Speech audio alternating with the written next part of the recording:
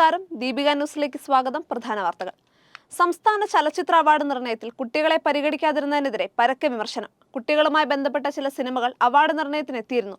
എന്നാൽ കുട്ടികളുടെ ചിത്രത്തിനോ ബാലതാരങ്ങൾക്കോ award പ്രഖ്യാപിക്കപ്പെട്ടില്ല.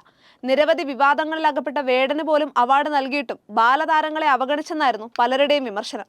Prakash Raj ചെയർമാനായുള്ള jury മികച്ച ബാലതാരം ആൺ പെൺ വിഭാഗങ്ങൾക്ക് നേരെ ഈ വിഭാഗത്തിൽ അവാർഡില്ല എന്നാണ് രേഖപ്പെടുത്തിയത്. കുട്ടികളുടെ മികച്ച ചിത്രം എന്ന വിഭാഗത്തിന് നേരെയും സമാന പരാമർശമാണ് ജൂറി നൽകിയത്. കുട്ടികൾക്കുള്ള വലിയ അവസരത്തെ ജൂറി അവഗണിച്ചു എന്നതാണ് ആക്ഷേപം. കഴിഞ്ഞ വർഷവും കുട്ടികളുടെ മികച്ച ചിത്രം ഇല്ലായിരുന്നു, എന്നാൽ ബാലതാരങ്ങൾക്ക് അവാർഡ് നൽകിയിരുന്നു. 2003 മുതൽ 2006 വരെയും കുട്ടികളുടെ മികച്ച ചിത്രം പ്രഖ്യാപിച്ചിരുന്നില്ല. എന്നാൽ ഈ വർഷങ്ങളിൽ കാളിദാസ് ജയറാം, സനുഷ സന്തോഷ്, മാളവിക നായർ തുടങ്ങിയവർ ബാലതാര പുരസ്കാരം നേടിയിരുന്നു. കഴിഞ്ഞ വർഷം മികച്ച ചിത്രം പ്രഖ്യാപിച്ചില്ലെങ്കിലും പാച്ചുവും അത്ഭുത വിളക്കും സിനിമയ്ക്ക് അവിർത് മേനോനും ശേഷം മൈക്കിൾ ഫാത്തിമ എന്ന ചിത്രത്തിന് തെന്നൽ അഭിലാഷും ബാലതാര പുരസ്കാരം നേടിയിരുന്നു. എന്നാൽ ഇത്തവണ മികച്ച ചിത്രവും ബാലതാരങ്ങളും പ്രഖ്യാപിക്കപ്പെട്ടില്ല. കുട്ടികളുടെ കാറ്റഗറിയിൽ ഒരു ചിത്രവും ഉൾപ്പെട്ടിരുന്നില്ല എന്നായിരുന്നു ജൂറി ചെയർമാൻ പ്രതികരിച്ചിരുന്നത്. ബാലതാരമായും ആരെയും പരിഗണിച്ചിരുന്നില്ല. കുട്ടികൾക്കായുള്ള നല്ല സിനിമകളില്ലെന്നും കുട്ടികളുടെ വൈകാരിക തലങ്ങൾ കാണിക്കുന്ന ചിത്രങ്ങൾ വരേണ്ടത് സമൂഹത്തിന്റെ ആവശ്യമാണെന്നും പ്രകാശ് രാജ് പ്രതികരിച്ചിരുന്നു. ഇതിന് പിന്നാലെ സ്ഥാനാർത്ഥി ശ്രീകുട്ടൻ സിനിമയുടെ സംവിധായകനും സഹതിരക്കഥാകൃത്തും പ്രതിഷേധവുമായി രംഗത്ത് വന്നിരുന്നു. ഇത് കുട്ടികൾക്ക് വേണ്ടി നിർമ്മിക്കപ്പെട്ട സിനിമയാണെന്ന് അണിയറക്കാർ പറഞ്ഞു. ബറോസ് എന്ന സിനിമയും കുട്ടികൾക്ക് വേണ്ടിയായിരുന്നു. മാളികപ്പുറം താരം ദേവനന്ദയും ജൂറി ചെയർമാനെ വിമർശിച്ചു. അതേസമയം അവാർഡ് നിർണയത്തിന് പരക്കെ കയ്യടിയാണ് ലഭിച്ചതെന്നും കുട്ടികൾക്ക് അവാർഡ് നൽകാനാവാത്തതിൽ ജൂറിക്ക് ഖേദമുണ്ടെന്നുമായിരുന്നു മന്ത്രി സജി ചെറിയാന്റെ വിശദീകരണം. അവാർഡ് കൊടുക്കാവുന്ന നിലവാരത്തിലുള്ളവ ഇല്ലാത്തതുകൊണ്ടാണ് നൽകാതിരുന്നതെന്നും മന്ത്രി പറഞ്ഞു. വർക്കലയിൽ ട്രെയിൻ ആക്രമണത്തിനിരയായ 19-കാരി ശ്രീകുട്ടിയുടെ ആരോഗ്യനില ഗുരുതരമായി തുടരുന്നു. തലയ്ക്കും നട്ടലിനും ഗുരുതരമായി പരിക്കേറ്റ ശ്രീകുട്ടി തിരുവനന്തപുരം മെഡിക്കൽ കോളേജ് ആശുപത്രിയിൽ തീവ്രപരിചരണ വിഭാഗത്തിലാണ്.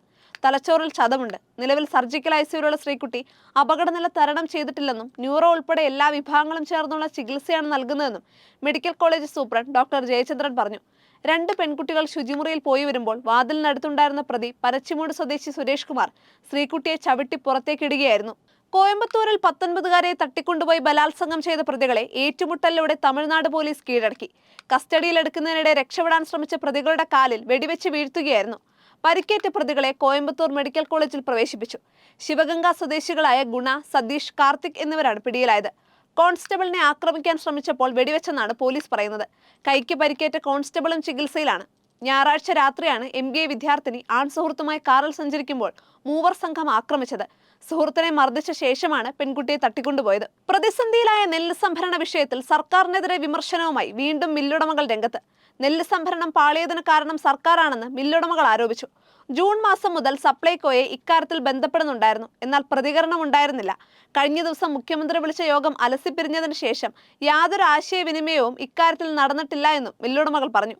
മില്ലുടമകളുമായി സംസാരിച്ച് പ്രശ്നപരിഹാരത്തിന് ശ്രമം നടക്കുന്നതായി മന്ത്രി GR അനിൽ പറഞ്ഞതിനോട് പ്രതികരിക്കുകയായിരുന്നു മില്ലുടമകൾ.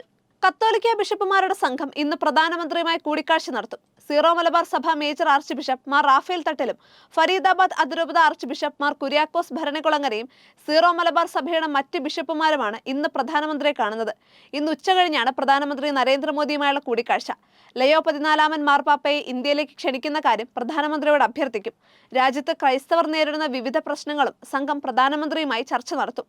തിരുവല്ല ഐരൂർ സ്വദേശിനി 19 വയസ്സുകാരി കവിതയെ കുത്തി പരിക്കേൽപ്പിച്ച ശേഷം തീ കൊളുത്തി കൊലപ്പെടുത്തിയ കേസിലെ പ്രതി അജിൻ റജി മാത്യു കുറ്റക്കാരനാണെന്ന് കോടതി. അഡീഷണൽ ജില്ലാ കോടതി വ്യാഴാഴ്ച ശിക്ഷ വിധിക്കും. 2019 മാർച്ച് 19-ന് തിരുവല്ലയിലായിരുന്നു ആക്രമണം. കൂടെ പഠിച്ചിരുന്ന കവിത പ്രണയത്തിൽ നിന്ന് പിന്മാറിയതിന്റെ പകയിൽ വഴിയിൽ തടഞ്ഞു നിർത്തി കുത്തിയ ശേഷം പെട്രോൾ ഒഴിച്ച് തീ കൊളുത്തുകയായിരുന്നു.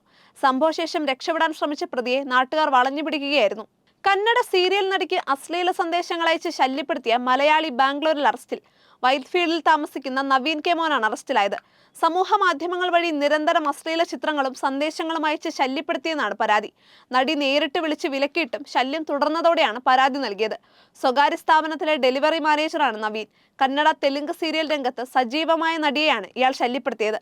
ഒരാഴ്ച മുൻപ് ഫുഡ് ഡെലിവറി ജീവനക്കാരനെ കാറടിപ്പിച്ച് കൊലപ്പെടുത്തിയതിന് കളരിപ്പയറ്റ് പരിശീലകനായ മലയാളി മനോജ് കുമാറും ഭാര്യയും അറസ്റ്റിലായിരുന്നു. അഹമ്മദാബാദ് വിമാന ദുരന്തം അതിജീവിച്ചതിലൂടെ ഭാഗ്യവാൻ എന്ന് വിശേഷിപ്പിക്കപ്പെട്ട വിശ്വാസ് കുമാർ രമേശിന്റെ ജീവിതം കടുത്ത ദുരിതത്തിലെന്ന് റിപ്പോർട്ട്.